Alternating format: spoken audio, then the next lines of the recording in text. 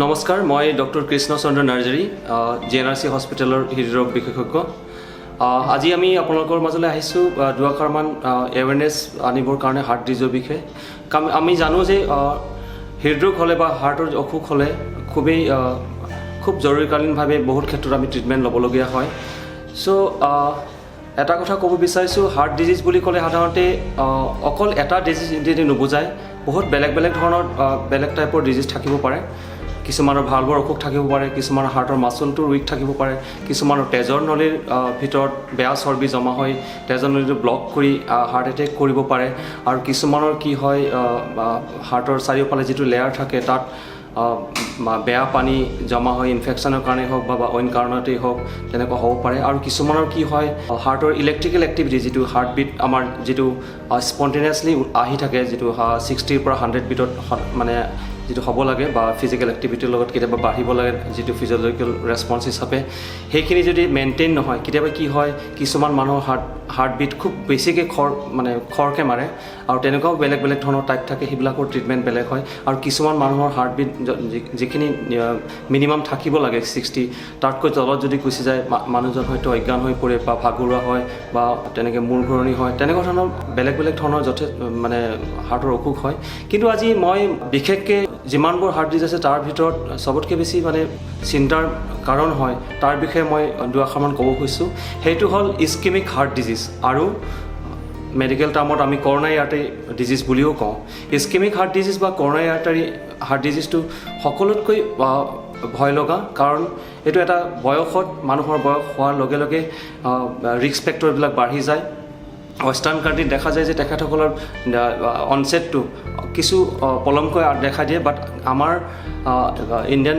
চিনাৰীত দেখা গৈছে যে খুব কম বয়সৰ পৰাই কৰ'নাৰী আৰ্টাৰী ডিজিজ দেখা যায়। 30 বছৰ বয়সতো আমি বহুত পেচেণ্টক পাইছোঁ।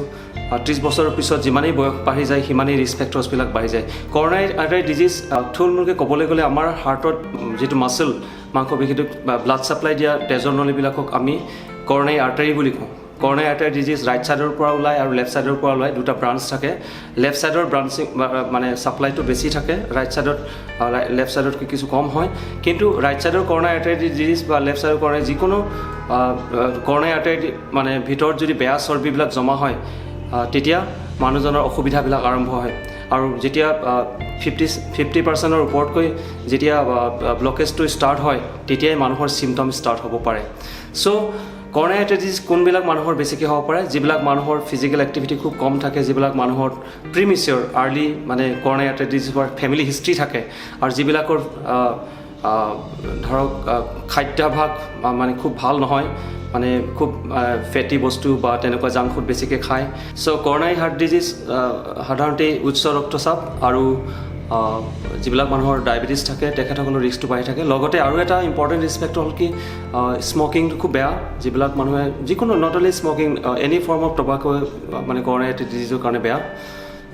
তেখেতসকলৰ তেনেকুৱা ডিজিজ হোৱাৰ সম্ভাৱনা বাঢ়ি থাকে। চ' এইবোৰ হ'ল সাধাৰণ ৰিস্ক ফেক্টৰ্ছ। আৰু এতিয়া কৰ'নাৰী আৰ্টাৰী ডিজিজ বুলি ক'লে আমি সাধাৰণতে তেখেতসকলৰ চিমটমবিলাক কেনেকুৱা হ'ব পাৰে, সেইটোৱে খুব জৰুৰী কথা, কাৰণ তেতিয়া আমি আগতীয়াকৈ সাৱধানতা ল'ব পাৰিম। কৰ'নাৰী আৰ্টাৰী ডিজিজ বুলি ক'লে আমি সাধাৰণতে দুটা ভাগত ভগাব পাৰোঁ, ষ্টেবল কৰ'নাৰী আৰ্টাৰী ডিজিজ আৰু এটা হ'ল একিউটলি যিবিলাক প্ৰেজেণ্ট কৰে, আনষ্টেবল পাৰ্ট। চ' কৰ'নাৰী আৰ্টাৰী ডিজিজ, ষ্টেবল কৰ'নাৰী আৰ্টাৰী ডিজিজবিলাক কি হয়, প্ৰথম অৱস্থাত অকণমান কিবা ফিজিকেল এক্টিভিটি ৰিলেটেড তেখেতসকলৰ চিমটমবিলাক হ'ব। বহি থাকিলে বা ৰেষ্টত থাকিলে হয়তো একো অসুবিধা অনুভৱ নকৰিব, কিন্তু কেতিয়াবা যদি অকণমান বেগাই খোজকাঢ়ে বা চিৰিৰে ফাৰ্ষ্ট ফ্ল'ৰ বা ছেকেণ্ড ফ্ল'ৰলৈ খৰধৰকৈ খোজকাঢ়ি যায়, তেতিয়া হয়তো বুকুত বিষ হ'ব পাৰে। বুকুত কিছুমানৰ একজেক্টলি বিষ নহয়, বুকুটো গধুৰ অনুভৱ কৰিব পাৰে, বা কিছুমানৰ বুকুত বিষ নহয়, হাতৰ বিষটো হাতলৈ যাব পাৰে, তেনেকুৱা ধৰণৰ চিমটম হ'ব পাৰে, বা খুব সোনকালে ফেটিক হৈ যাব। এনেকুৱা ধৰণৰ চিমটম সাধাৰণতে কৰ'নাৰী আৰ্টাৰী ডিজিজ ষ্টেবল যিটো এটা ষ্টেবল কৰ'নাৰী আৰ্টাৰী ডিজিজ সেইবিলাকত হ'ব পাৰে। আৰু যিটো একিউটলি প্ৰেজেণ্ট কৰে, একিউট কৰ'নাৰী চিণ্ড্ৰম বুলি কয়, সেইটোক আমাৰ মেডিকেল টাৰ্মত unstable angina, non stable MI বা এষ্টেবল MI এনেকুৱা ধৰণৰ মেডিকেল টাৰ্ম থাকে। সেইবিলাক খুব মেডিকেল ইমাৰ্জেঞ্চি হয়। সেইবিলাকৰ কি হ'ব, ছাডেনলি হয়তো ইমান দিনে ভালেই আছিলে, হঠাৎকৈ তেখেতসকলৰ কি হ'ব পাৰে, বুকুত বিষ হ'ব পাৰে, খুব ঘামি যাব পাৰে, মানুহজনে মূৰ ঘূৰণি হ'ব পাৰে, অকণমান সময় চকুৰে আন্ধাৰ দেখা তেনেকুৱা হ'ব পাৰে, উশাহ লোৱা দিগদাৰী হ'ব পাৰে, কিছুমানৰ ওপৰৰ পেটটো বিষ অনুভৱ কৰিব পাৰে বা হাতলৈ বিষটো যাব পাৰে আগৰ লেখীয়াকৈ। ঠিক অলপ সময়ৰ কাৰণে অজ্ঞানো হৈ যাব পাৰে তেনেকুৱা ধৰণৰ চিমটম হ'লে ছাডেনলি যেতিয়া হস্পিটেলত আহে আমি সাধাৰণতে হিষ্ট্ৰীখিনি সুধিলে ডিটেইলছকৈ চালে গম পাওঁ যে তেখেতৰ এই একিউট কৰ'নাৰী চিণ্ড্ৰম হৈছে নে নাই একিউট কৰ'নাৰী চিণ্ড্ৰমটো একচুৱেলি আমাৰ সাধাৰণ ভাষাত আমি যিটো হাৰ্ট এটেক হোৱা বুলি কওঁ সেইটোৱেই তেতিয়াহ'লে কি হ'ব আমি সেই তেনেকুৱা ধৰণৰ পেচেণ্টক কি কৰিব লাগিব ইমিডিয়েটলি এটা ECG কৰিব লাগিব ECG কৰিলে বহুত ক্ষেত্ৰত ধৰা পৰে কিন্তু এটা কথা আমি মনত ৰাখিব লাগিব কেতিয়াবা প্ৰথম এটা ছিংগল ECG ধৰা নপৰিবও পাৰে সেইকাৰণে আমি যদি ক্লিনিকেলি ছাছপেক্ট কৰোঁ মানুহজনৰ যদি এইমাত্ৰ আলোচনা কৰি থকা ৰিস্ক ফেক্টৰ্ছখিনি যদি আছে ডায়েবেটিক বা হাইপাৰটেনশ্যন বা ঘৰত যদি তেনেকুৱা আগতে প্ৰিমিচিয়ৰ কৰ'নাৰী আৰ্টাৰী ডিজিজৰ হিষ্ট্ৰী আছে তেতিয়াহ'লে আমি তেনেকুৱা মানুহক অবজাৰ্ভেশ্যনৰ কাৰণে হস্পিটেলত এডমিট কৰি আৰু 2 ঘণ্টা 3 ঘণ্টা পিছত আকৌ এটা ECG ৰিপিট কৰি চাব লাগে লগতে তেখেতৰ আৰু কিছুমান পৰীক্ষা থাকে ইক'কাৰ্ডিঅ'গ্ৰাফি বুলি এটা পৰীক্ষা থাকে সেইটো কৰিলেও কিছু আমি সহায় ল'ব পাৰোঁ আৰু তাতকৈ ইম্পৰ্টেণ্ট এটা ব্লাডত কাৰ্ডিয়াক এনজাইম বুলি এটা টেষ্ট থাকে কিছুমান হস্পিটেলত ট্ৰপনিন T বুলি টেষ্টটো কৰা হয় কিছুমান হস্পিটেলত ট্ৰপনিন I বুলি কৰা হয় আৰু এটা এনজাইম থাকে CKMB বুলি এই তিনিটা এনজাইমৰ যিকোনো এনজাইম যদি আমি টেষ্ট কৰোঁ হাৰ্ট এটেক হোৱা পেচেণ্টবিলাকৰ একিউট কণ্ডিশ্যন হোৱা পেচেণ্টবিলাকৰ বহুতৰে কি হয় এনজাইমটো বাঢ়ি থাকে যদি এনজাইমটো বাঢ়ে তেতিয়াই আমি সাধাৰণ ভাষাত হাৰ্ট এটেক হোৱা বুলি কওঁ আৰু যদি তেনেকুৱা হোৱা বুলি আমি গম পালোঁ তেতিয়াহ'লে আমি লগে লগে কনফাৰ্ম কৰিব লাগে যে যিহেতু ব্লক হোৱাৰ কাৰণে এটেকটো হৈছে ব্লকটো ক'ত আছে আমি জানিব লাগে জানিবৰ কাৰণে আমাৰ হাতত আৰু এটা টেষ্ট আছে এটা পৰীক্ষা আছে সেইটো হ'ল এনজিঅ'গ্ৰাফি হাতত সৰু বেজী এটা দি পৰীক্ষাটো কৰা হয় তেতিয়াই লগে লগে আমি গম পাওঁ যে তেজৰ নলী ব্লকটো সঁচাকৈ আছে নে নাই আৰু আছে যদি কেনেকুৱা ধৰণৰ ব্লকটো আছে আৰু সেই ব্লকটোৰ ওপৰত ডিপেণ্ড কৰি আমাৰ ফাৰ্ডাৰ ট্ৰিটমেণ্টখিনি হ'ব